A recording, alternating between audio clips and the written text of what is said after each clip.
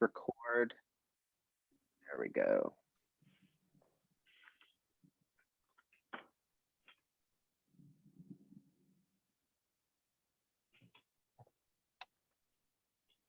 All right, so we will start with the slideshows. So I will kind of go from the slideshow to the anatomy app, which I've already pulled up the male genitalia and how should I put this politely? Started kind of removing material so that we could see what's going on inside. But we'll start with the slideshow and then we'll work our way into the juicier bits. So first things first, what starts a guy?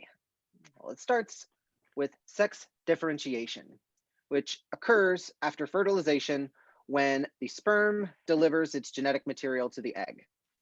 Females will always contribute an X chromosome. Males will contribute either an X or a Y. So it is the sperm that determines the sex of the baby. And again, when we talk about X and Y, we're talking about genetic sex.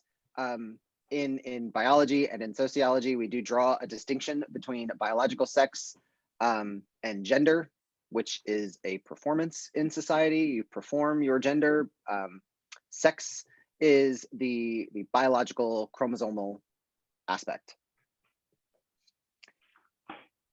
So I feel like we mentioned this last week. I feel like I went on a tangent, if my memory serves, about how male genitalia develops in utero. So we always start with a basic template of female, just kind of left to its own. A fertilized egg is just going to start developing as though it is female. It is at a certain point in the development that testosterone is produced, and the testosterone kind of shifts the development from female towards male. What begin or what will become the ovaries will start to descend down into what will become the labia majora. The clitoris grows and expands. The tissue that is going to form the urethra changes direction and starts to merge with the spongy tissue of the clitoris.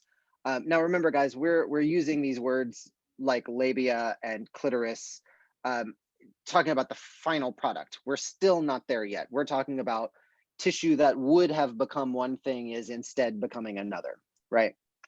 So I don't want you to get the idea that something is fully forming and then it's reversing direction or something like that.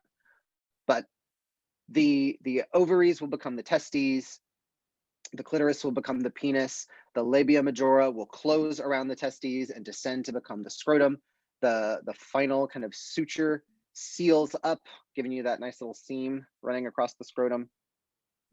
But in the absence of testosterone, which is triggered by the Y chromosome, then the female genitalia will develop. So female is kind of the default, if you will.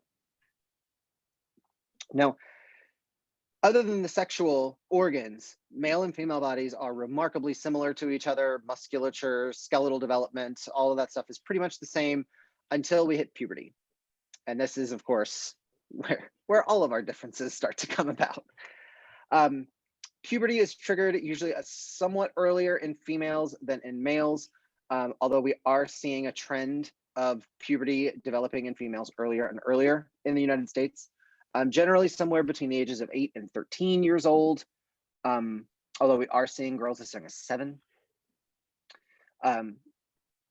Puberty will trigger the development of both primary and secondary sexual characteristics, along with a litany of other body changes, growth cycles. So for females, we're looking at, for primary sexual characteristics, we're talking about breast development. In females, in males, you're talking about the physical enlargement of the penis and scrotum, and the production of sperm. But then secondary sexual characteristics include the body hair. So the underarm hair, the leg hair. Males will start to develop an increased muscle mass, more upper body strength, much more body hair than females will develop. Their voice deepens. For females, the physical shape of the body starts to change. You start to develop the classic hourglass curve type thing. But again, primary versus secondary sexual characteristics.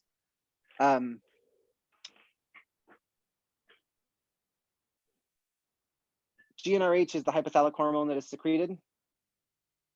So GnRH, I am struggling. Who's got their notes open? What was GnRH?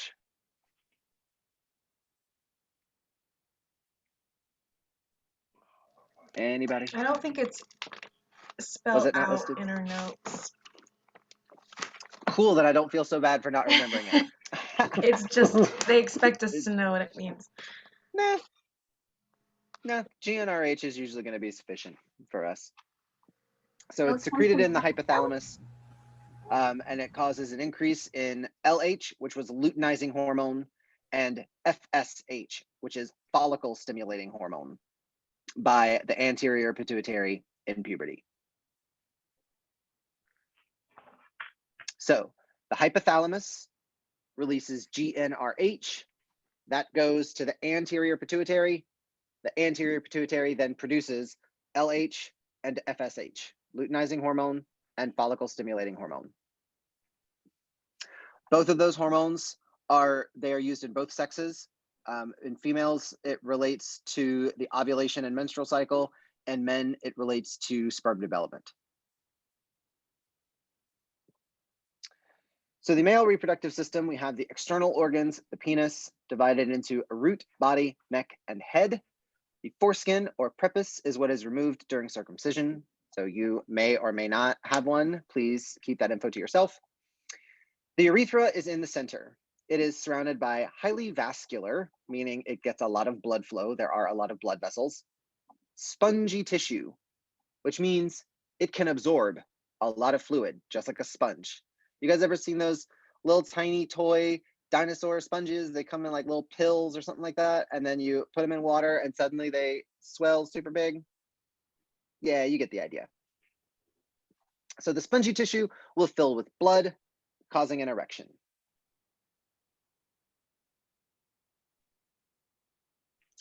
The second portion of the external genitalia is the scrotum. This is a large sac of skin which hangs outside the abdominopelvic cavity. The scrotum is also lined with smooth muscle, which will kind of contract at random all the time, constantly. And the idea is that you want to like kind of mix and turn the testicles so that the sperm, I guess, they cook evenly. You know, you don't want to get any burned ends. The muscle will also raise the testicles up into the body or lower them down depending on temperature. Sperm has a pretty narrow temperature window. It needs to be like 87 to 92 degrees, I believe. So if it gets too hot inside the body, they will drop to get you away from the core body heat. And then if temperature drops too low, they will retract to pull the boys in, so that we always try to keep the sperm right in their nice little window. Don't quote me on those temperatures. I'm not like super confident about it, but I know that it's in the, like the low 90s. They need to be a little bit cooler than core body temperature. So within the scrotum, you have on average 2 testicles located in the scrotum, and those are the site of sperm production. And I say on average because humans have a lot of variation, you know. Generally, you expect 2, but 3 is not uncommon, and 1 is also not uncommon for a variety of reasons.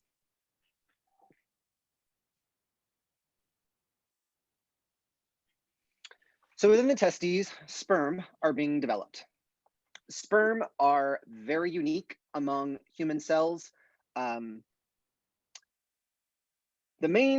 One of the primary things that is different about sperm cells is that they only contain half of the genetic information needed to, produce a person. Only one other cell in the body is like that, and that is the egg. These are what we call haploid cells, which are they are sex cells, and they're unique in that when they reproduce, they don't get a full copy of the genetic material. But other than that, beyond being a sex cell, the other thing that sperm cells have that are very unique is that long tail. It's called a flagellum. Lots of single-celled organisms have flagellum. They are not uncommon in the animal kingdom. However, human cells, only sperm get those. And like everything else in anatomy and physiology, form follows function. These guys have to function to swim through fluid across a great distance. Well, to them, a great distance. So they will develop a form in order to provide that function. So the head of the sperm is where the brains is located. The nucleus takes up almost all of the space inside the head of a sperm. Most of that material is nucleus, which again makes sense because we're delivering genetic material, and the nucleus is the only part of the cell that gets access to the full genetic material. And anything else that needs it, that's what the RNA and the little DNA transcriptors are for. If the nucleus needs to issue copies of DNA to other parts of the cell, they only get a piece of the DNA that's relevant to them. They do not get the full copy. Only the nucleus gets the full copy. So since we have to deliver the full copy on one little tiny cell, the entire head is virtually all nucleus. The neck is just a tiny little piece that connects to the aptly named middle piece. Can't make this up, people.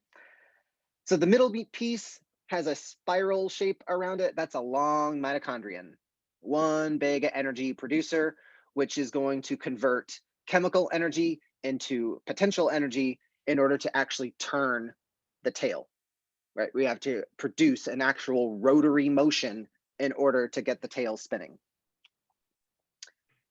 And then the last part is the tail. Again, you can't name these things any better. Head, neck, middle piece, tail. There you go. So the head, again, contains the nucleus, which contains 23 chromosomes, which is half of what you need. The tail provides mobility, which means it can move, but the function of the tail we refer to as motility, which is a measure of how easily the sperm can move around. So if you have sperm which have low motility, they are not very good swimmers.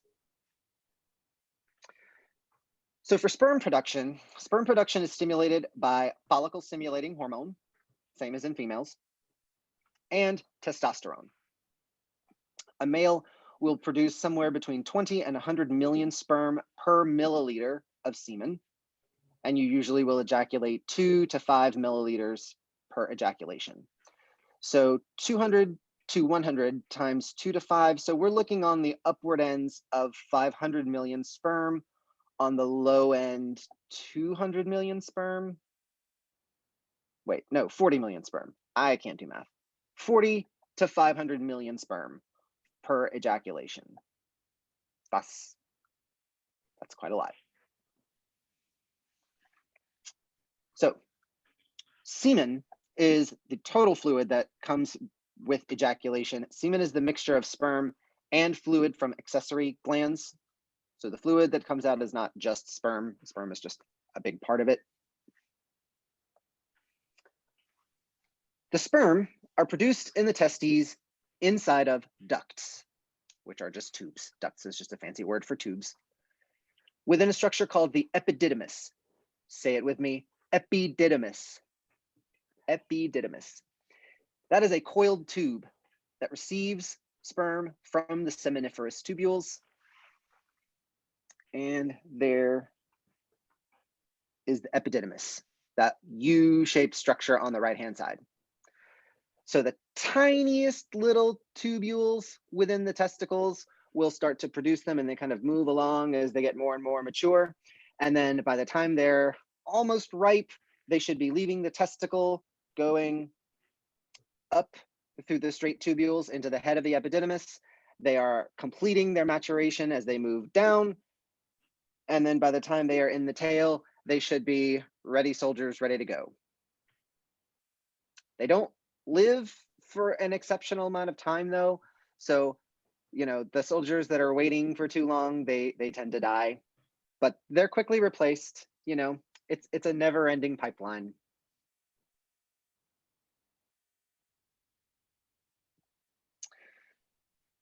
So the seminiferous tubule is, again, the site of the beginnings of sperm production. And these are, I want to say, also called convoluted tubules.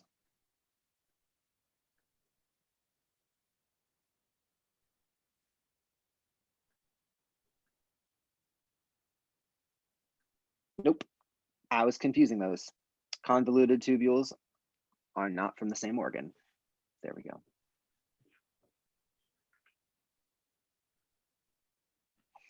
So the primary tube is the vas deferens, which is located in the scrotum, but it goes all the way up to the abdomen. The vas deferens has a variety of accompanying nerves and blood vessels, which are all bundled together into what is called the spermatic cord. It receives sperm from the epididymis and carries it to the abdomen. And there is a small, almost like incision, a small break in the rectus abdominis muscle where the tube kind of punctures through the abdominal muscle and goes into the abdominal wall. So I'm going to switch to our 3D model so we can flesh that out and take a look. You're going to see a somewhat butchered 3D penis, so brace yourselves.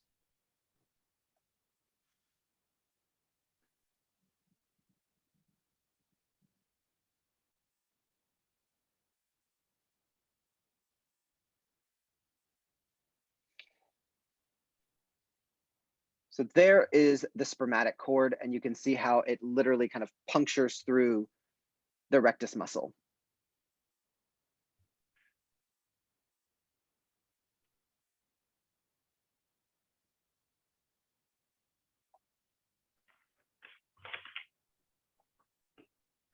I also see a very lovely shot of the spongy tissue.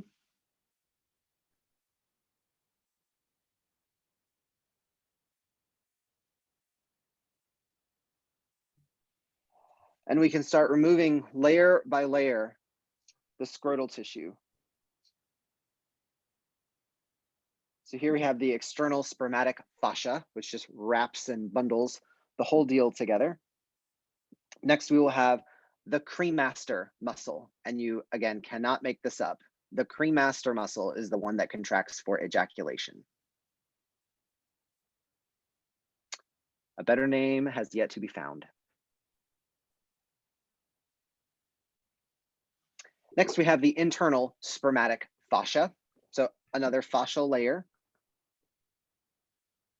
The tunica vaginalis testes, lateral part. This is the outermost of the 3 layers that surrounds the testes. And there we have the interior portion. So that structure is the epididymis. So it is a highly convoluted structure. Again, just a bunch of little wiry tubes all packed really tightly inside there. Anatomically, it is divided into a head, body, and tail region. The head is connected to the ducts of the testes, through which immature spermatozoa, little baby sperms, will travel into the epididymis.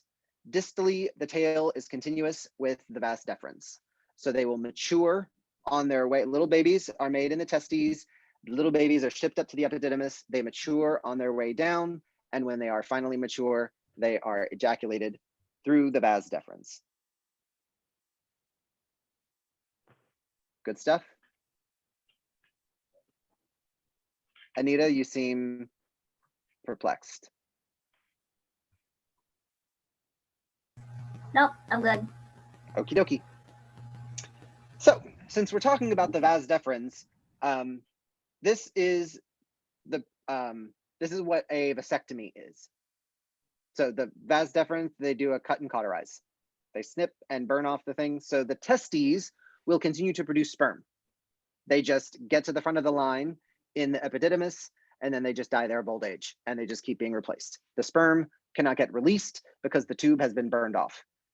However, they will continue to produce semen, which is the fluid, through the prostate. So, and the procedure of vasectomy, vas means vessel, and then ectomy means a removal. So a vasectomy is a removal of the vessel that transmits sperm.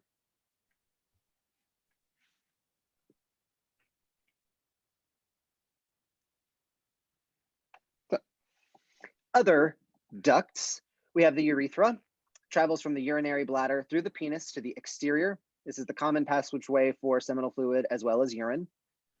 We have seminal vesicles, which are located posterior to the bladder. They contribute about 60% of the fluid of semen, as well as providing nutrients. You know, when you're sending your little soldiers on the road, you pack them a little lunch. We make sure there's nutrients in the fluid as we send them out into the world. The prostate sits underneath the bladder, so inferior to the bladder. However, the prostate surrounds the urethra. The urethra runs right through the middle of the prostate. So the prostate's function is, again, to produce semen. So it's producing about 25% of the fluid content of semen. It produces an acidic antibiotic compound, and it also releases a compound into the semen, which activates the sperm, kind of letting them know, like, all right, fellas, it's go time, for real, here we go. So what often happens in men as they age is that the prostate becomes inflamed. And as the prostate swells, it puts pressure on the urethra, which, number one, triggers the urge to pee, but number two, pinches off the urethra so you can't pee. And it's a really frustrating conundrum. Welcome to our lives.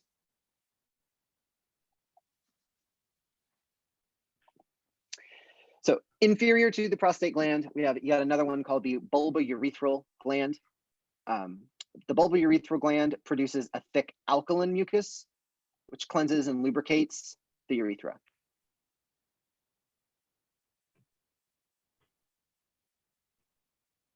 You can see it there with the green line, bulbourethral gland.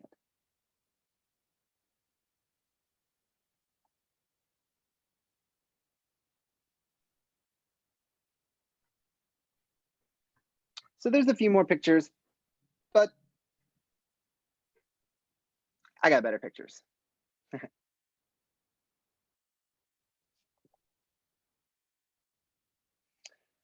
So there, highlighted in green, is the ductus deferens, or the vas deferens.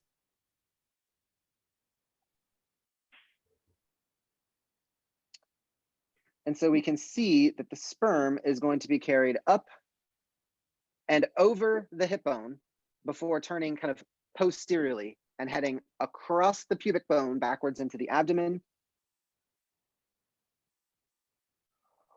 where it is carried posterior to the bladder. Yeah. Didn't know it went so far back, did you? Thought it was a more direct route, didn't you? Nope. Nope. So let me just get these bones out of the way real quick. There we go. So this is the vas deferens in green coming along the posterior side. We have the ampulla of the ductus. So the ampulla is the enlarged kind of terminal portion, the end portion of the duct. So this is going to be where it fastens into the prostate, inferior to the bladder. The bladder is that big thing on top.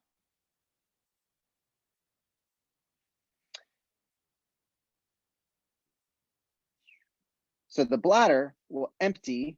I'm going to hide this and see what I can see. So when we open up the bladder, right, it looks weird and kind of crinkly on the inside. That is smooth muscle. So as you urinate, right, when you relax the external sphincter, the internal sphincter relaxes and the walls of the bladder start to constrict, which squeezes the bladder. That is how the urination has force. But you can see also the smartest place to put the drain is right at the bottom, right? So all of the urine kind of drains down the bottom of the bladder and directly through the prostate.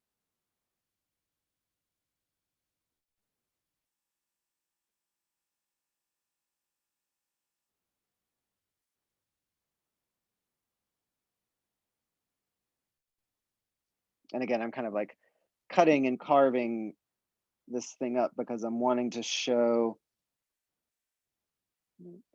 So there is a seminal gland off to the side, producing, 60% of the seminal fluid. There was the terminal end of our vas deferens. So we've got this final portion of the duct coming from the vas deferens. This last tube travels through the prostate, joining the urethra, which is that central portion right there. That's the tube leading out. So this is the ejaculatory duct. The ejaculatory duct. That is your final stop through semen world, and you are finally entering, like, heading to the outside world. Hey, Dave. Yes. So with men, when they become older, and you're talking about the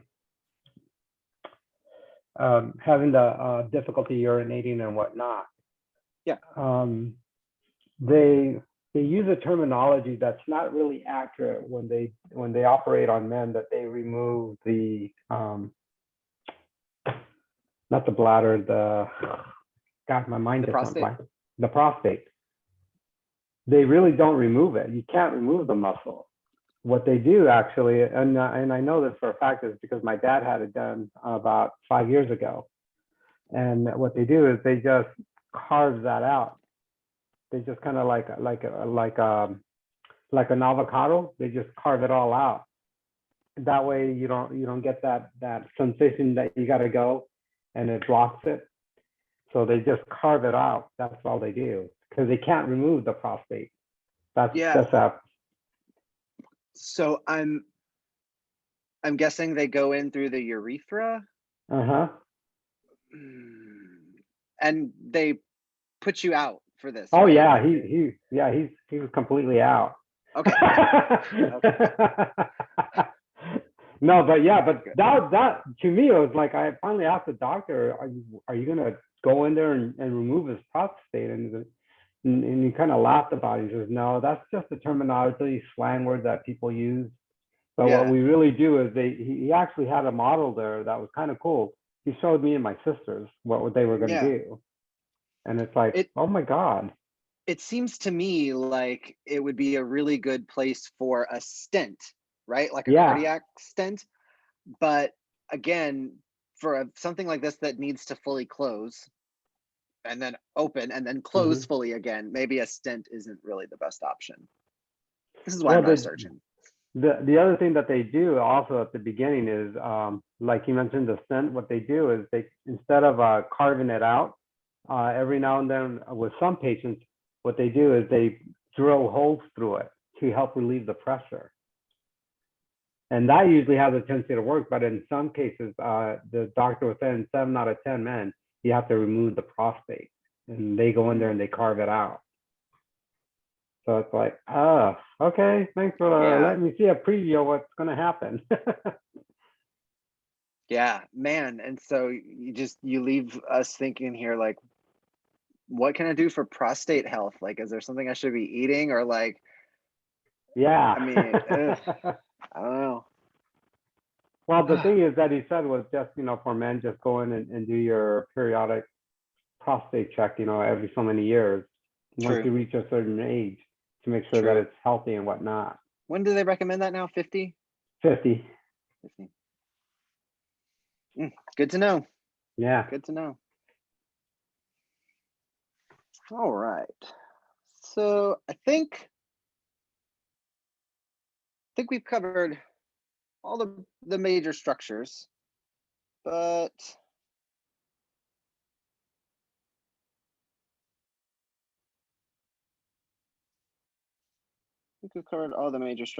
since we're here, let's just touch on these one more time. And let's start at the top. So we've got the bladder. Directly below it, we have the prostate. The urethra runs right through the prostate, and it joins the ejaculatory duct, which is the final stop.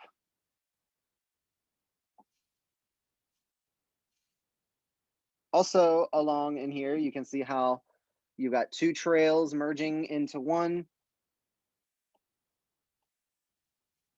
We have a seminal gland producing semen, seminal fluid, and the vas deferens. Just, we'll leave it there, the vas deferens. That vas deferens is carrying sperm all the way from the testicles. The testicle, whoa, trying to get it situated here, guys. Sorry, bear with me. This is wrist bones here, sorry.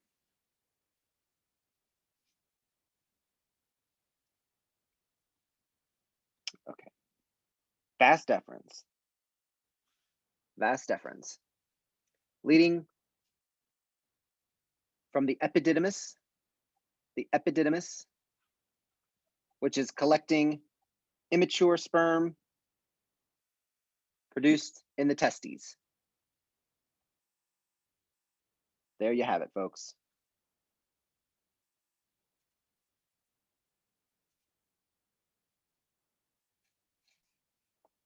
Good stuff. I think we covered all the major pieces. Prostate, seminal vesicles.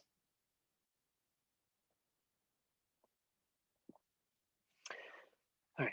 The male reproductive system is regulated through both nervous system and endocrine system. For the nervous system, we're looking at the hypothalamus producing GnRH. We talked about that in response to neural and hormonal stimuli.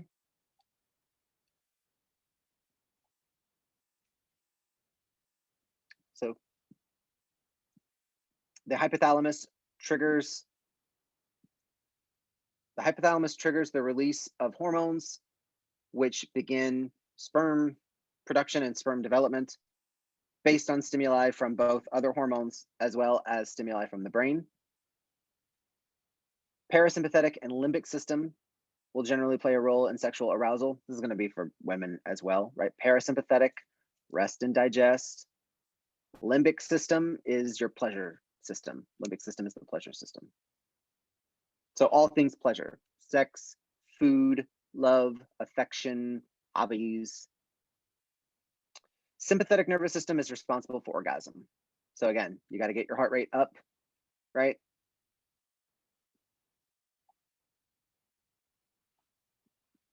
We've talked about that already though. Sympathetic and parasympathetic balance. So hormonally, anterior pituitary releases FSH and LH triggered by GnRH from the hypothalamus. We've talked about that. Luteinizing hormone targets the testes, causing testosterone production. And follicle stimulation hormone, as well as testosterone, stimulates sperm production.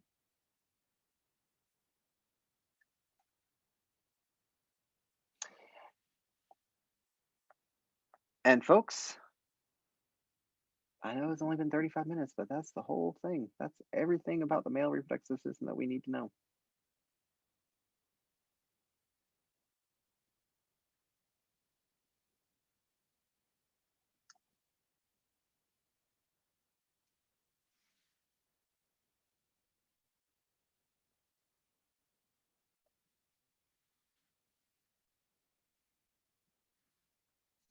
Any questions? I have one, but this is actually a question my wife asked me yesterday because when I was copying down the notes, I was like, "Hey, check this out," and she's like, "Oh, well, then why is this a thing?" And I'm like, "I have an answer, but I'm not sure if it's like correct." So I wanted to make sure.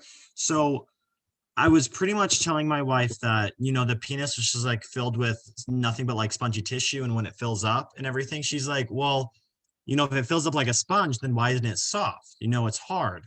Why isn't it like soft?" And I was like, well, my answer to her was like, the skin around it is like holding it in tight, making it more like firm since it's contained on like a sponge where it like when you squeeze it, it's soft because the water can go like pretty much everywhere out of the sponge. But like, is that right? Or is there like a different answer to that? So essentially, this tissue here does function like a sponge. So it does bring a lot of fluid in. But remember, when you bring a lot of fluid into one space, the fluid creates pressure that's pushing on the container, right? So when you pack more and more fluid into the same container, you increase the pressure. Okay, yeah, that makes sense. It So my is answer was contained. Yeah, it's okay. contained. Whoops. It's contained by a dense layer of fascia, right? That spongy tissue is wrapped in really, really dense layers of fascia, which keeps the walls of that container nice and sturdy. So the more and more blood you pile in, the pressure increases. Now the thing is flexible enough that it can change its shape, but once it is fully extended and fully plumped out and like you can't fit any more blood into it, the structure will be very rigid. And it won't Now, be like as nearly flexible and stuff just because of the it pressure will, against it. correct. There is so Okay. much fluid pressure inside that it is very firm and rigid. Now, on the outside of that lining, you have skin. But think about just like the rest of your body, just like any other place on your body, the skin will slide over the underlying structure, right? Because of superficial fascia and everything like that. Mhm. So I can have muscles and tendons here on my forearm, all stuck in place, not moving around, but the skin over top of them will move around. And there Gotcha. it works the same way. So the internal structure has become rigid from being engorged with blood, and then the skin on top will slip and slide around like skin always does. Well, cool. I can tell her a more direct answer now and be like, hey, it's because Yeah, of pressure. There we go. yeah. Cool. So when we think about spongy tissue, there are distinct sections of spongy tissue within the penis. And if you look here, you'll see a cross section. There are 3. So the major one is called the corpus cavernosum. Those are the 2 on either side. And then there is one on the underneath called the corpus spongiosum. But the 3 together give you like an upside down triangle. And then lots of blood vessels, lots and lots of blood vessels and nerves. Lots of those, lots of nerves.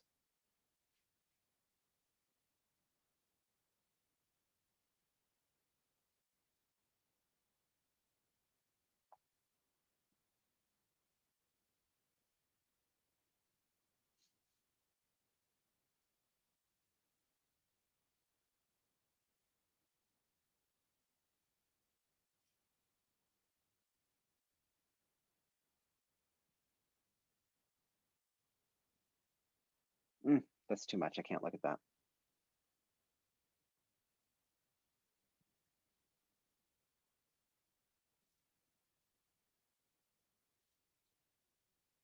I have a question. Yes. The thing that's green right now underneath the prostate, is that a ligament or a bone or what? That is the male external urethral sphincter. So that is, I believe, the sphincter that is under your conscious control. So when you are told to hold it, that's what you're holding. Okay, that makes a lot of sense actually. Mm-hmm. Thank you. Now I know. So you see how the urethra runs right through it? Mm-hmm. So you have that external sphincter, and there is the internal sphincter of the bladder. So the internal sphincter is not under your conscious control. The external sphincter is under conscious control, but you got to be kind of trained on how to use it. That is what potty training is. That is the whole thing about potty training. Makes sense. Okay. Good to know. There you go. Do females have 2 as well? Mm-hmm. Weird question. I mean, just for the record, yeah, female system is like our whole topic for next week. Right. Just saying. Yeah, but you don't have to show us now. Okay. I would have to like get in there and like carve it all up and make sure the right organs and all that. But short answer, yes. Short answer, yes. It works. The plumbing works exactly the same. Gotcha.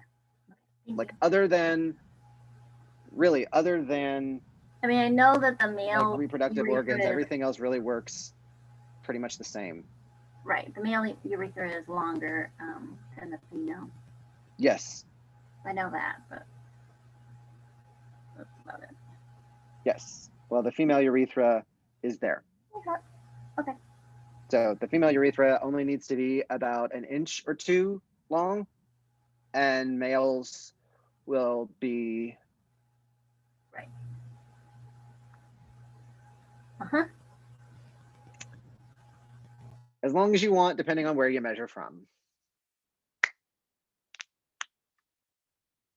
Haha. Okay.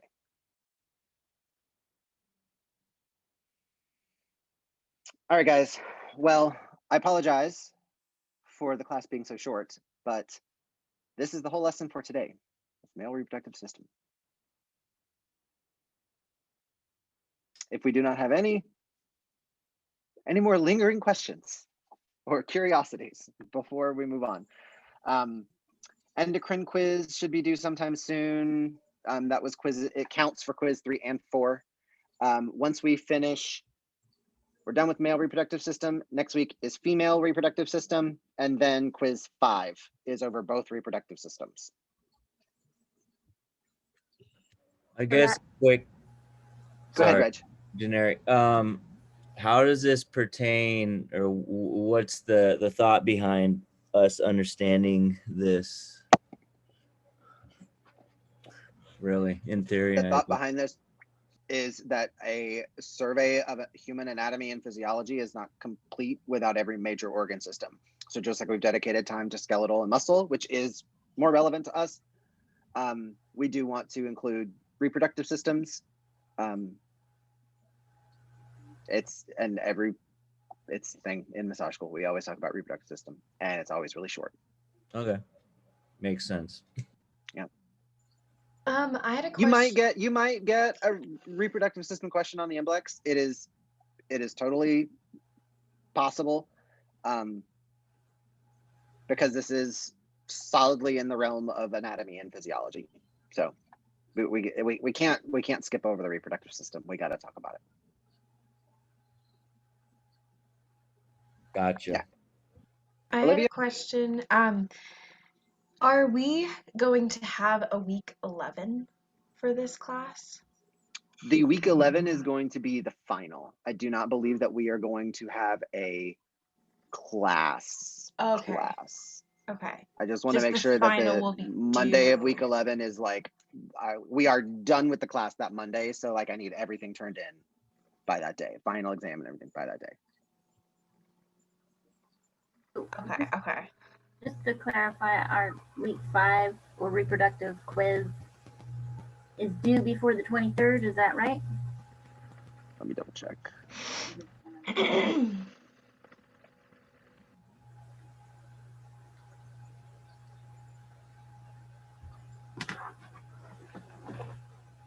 Endocrine quiz?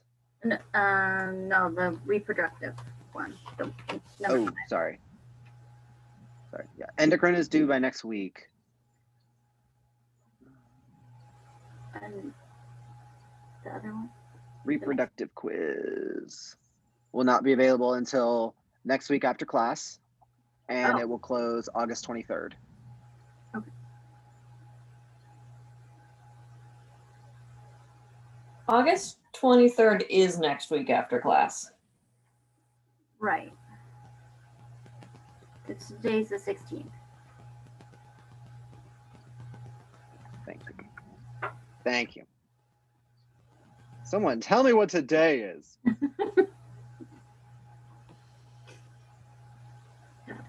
All right, it will open next week after class, and it will close on the 30th, which makes a lot more sense. Okay. Yes. There we go. That's better. Thank you. You're welcome. So endocrine quiz is due before next week, the 23rd. Reproductive quiz is due the following week by the 30th, on the 30th.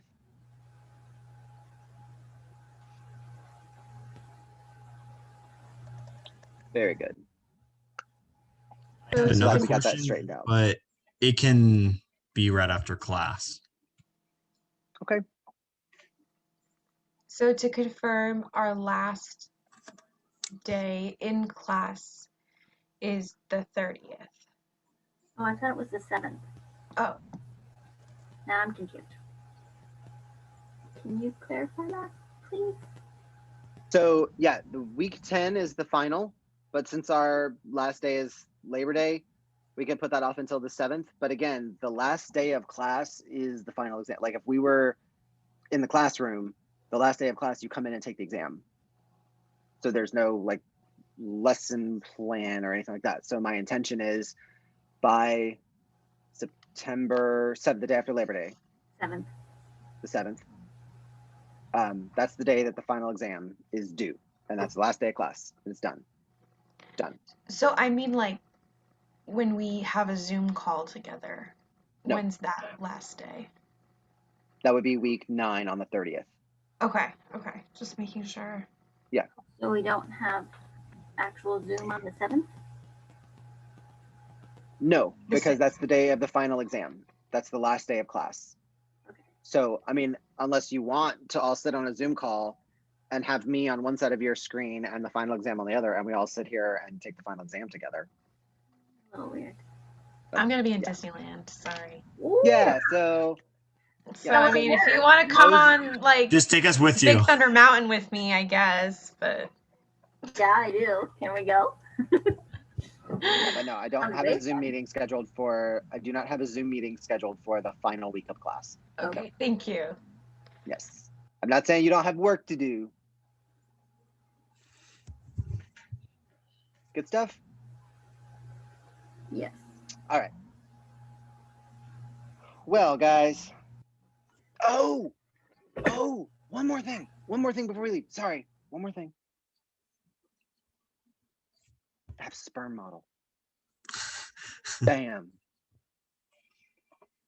So all that purple, well, now it's green. That's all nucleus. That's all nucleus of the cell. And then you've got this little neck portion here. And then you've got these coiled mitochondria providing lots and lots of energy to transform chemical energy into mechanical rotational energy, which spins, of course, this structure, the tail. But notice how the tail is like a spiral, like a little corkscrew. So as this guy turns, the whole tail kind of rotors and the little thing swims around. Really smart design. Really smart design. Really simple little cell, though. Really simple little cell. Does this app move it or no? It doesn't. No, unfortunately, it doesn't. I know, but no, it That doesn't. would be cool. But it will add, layers to it. Then you see the whole thing all wrapped up and done, and then we can like cut deeper and deeper into it.